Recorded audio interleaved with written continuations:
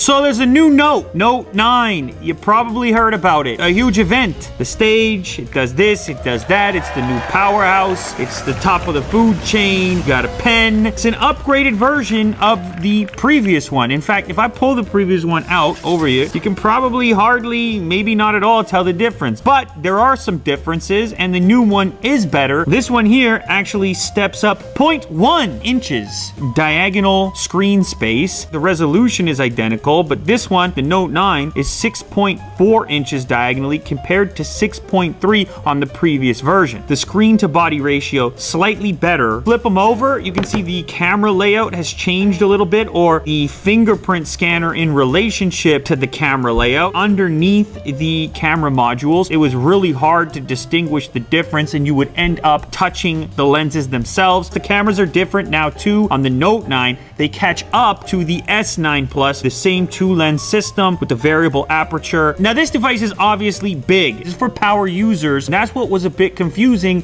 about the previous generation. Right after the battery fiasco, the new one here, they get aggressive with the battery all over again. This one is going to feature a 4,000 milliamp hour battery. This thing's a little bit fatter, a little bit heavier. Not a big issue, not for me. Samsung saying it's all day battery life. I hate that kind of marketing mumbo jumbo. All day, whose day? My day, your day? I'm just gonna say it's gonna have some awesome battery life. The storage options right out of the gate, there's a 128 gigabyte option, no more 64 gigabyte option at all. There's a 512 gigabyte option. Both expensive. Starts at $1,000 US, and then the bigger storage version, which also comes with a little bit more RAM, goes up even higher to $1,250. That is $1,250. Now I know you got plenty of cash. You remember you were talking about the music festival the other day? I'm making decent cash. You remember that when you said that? Well, I can be in the VIP section at a music festival because I'm making decent cash.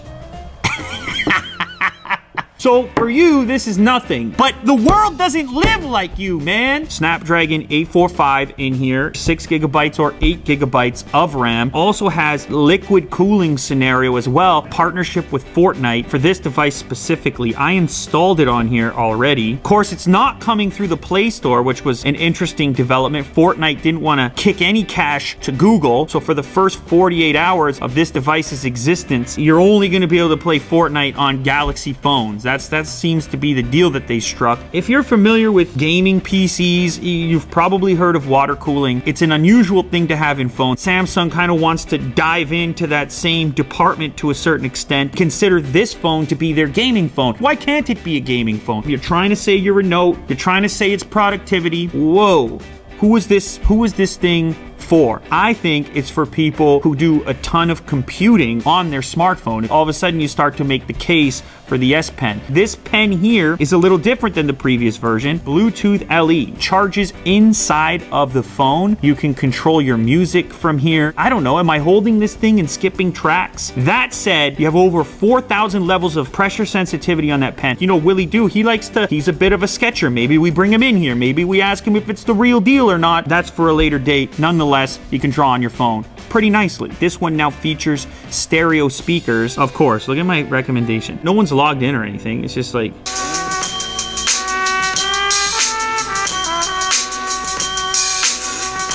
I could probably be more impressed, to be honest. Okay. Look, it's better. It's forward firing. There's also a little bit more bass to it, which I like.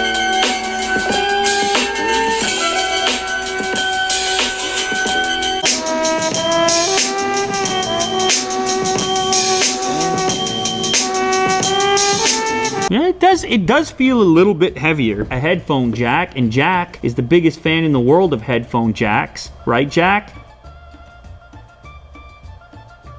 Fingerprint scanner on the back is like, what about the reach? But take a look at this. This is the old Note. That was a nightmare location, especially on this device with the large display. There's something unnerving about hitting this rectangle and feeling the edges. There's nothing as satisfying as hitting a circular fingerprint scanner. So who is this phone for? Somebody who wants the biggest, baddest, doesn't care about cost. He's somebody who really gets a lot of use out of that S Pen. Look, it's a Samsung device. It's gonna be good. With this one, you can make the case that you got the 4,000 milliamp hour battery. You've got the biggest screen, high spec, out of the gate with price tag to match. The speakers are now better as well. The only thing holding this one back is the price. If you can afford it, you might love it. If you can't, you can get a lot of value for a lot less. I'm putting that out there. Look, I'll eventually switch to this one in a minute. Don't you worry about it. You know I'm experimenting with the P20 Pro right now. Give me a minute, please. And whether or not I can recommend it as a real buy and slap the plastic down.